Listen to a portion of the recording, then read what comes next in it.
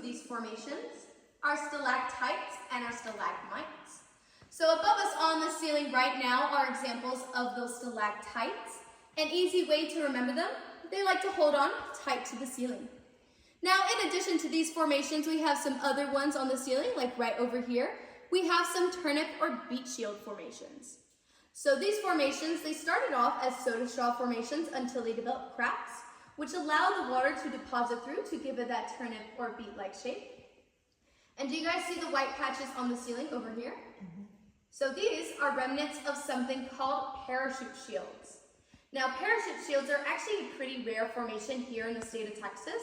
So we're pretty lucky to have these in large numbers. This is because they're created from a very, very slow and steady dripping process. So as the water continues to build the formation, it doesn't really collect over to the sides. It just kind of stays to the top. So skinny formations like this, they're called broomsticks. Here we have a picture of a pincushion helictite. So these are actually a pretty rare formation. This is the only one that you can see here at Natural Bridge Caverns.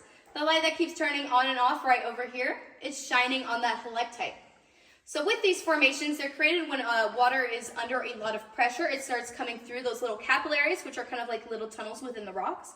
So whenever you get pretty close to the picture, you can see that some of the formations, they're growing upwards. Geologists also believe that about 20 million years ago, this part of Texas, we had a lot of earthquakes.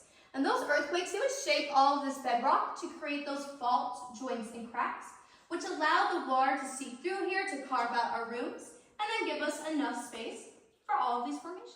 It's just kind of a thin layer on top of the formations. They're usually created from pure calcite water. So that water, it is dragging other minerals and such. It's just that calcite's that main mineral.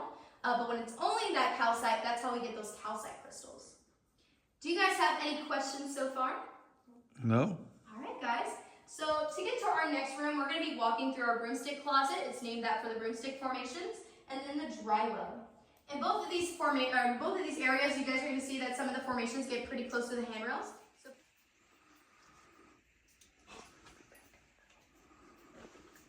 can everybody see the cave bacon right over here? Mm-hmm. See in the back? Okay, good. Cave bacon, that's like the flag waving. And then guys, inside of this next room, I'm going to ask you guys to take a seat because we're going to do a little activity. And the best seats are going to be on the right side over here.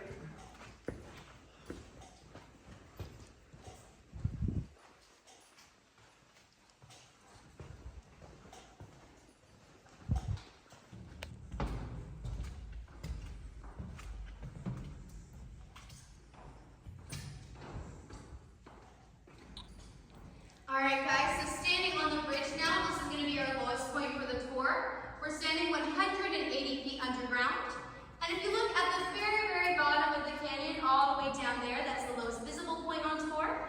That will be 200 feet beneath the surface. Now if you guys take a look at this formation, it is right in front of me, right over here. To our three explorers, to them it looks a lot like a pipe organ, and a lot of pipe organs are commonly found in cathedrals.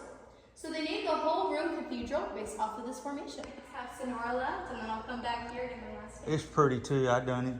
Yes, I've heard a lot of good things about Sonora. I've heard it has some of those prettiest formations inside that cave. So right now we're back to 130 feet underground. And when our explorers, when they were first looking at this room, they noticed the lack of formations, but also the grand shape. So they decided to call it the ballroom. Now here inside of the ballroom, we actually do events down here. We actually do cave concerts. Sometimes we have cave yoga. People can also rent out this room.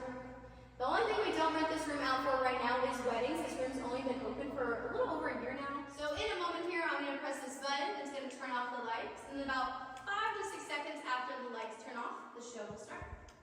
So I'm going to start pressing this button right over here in about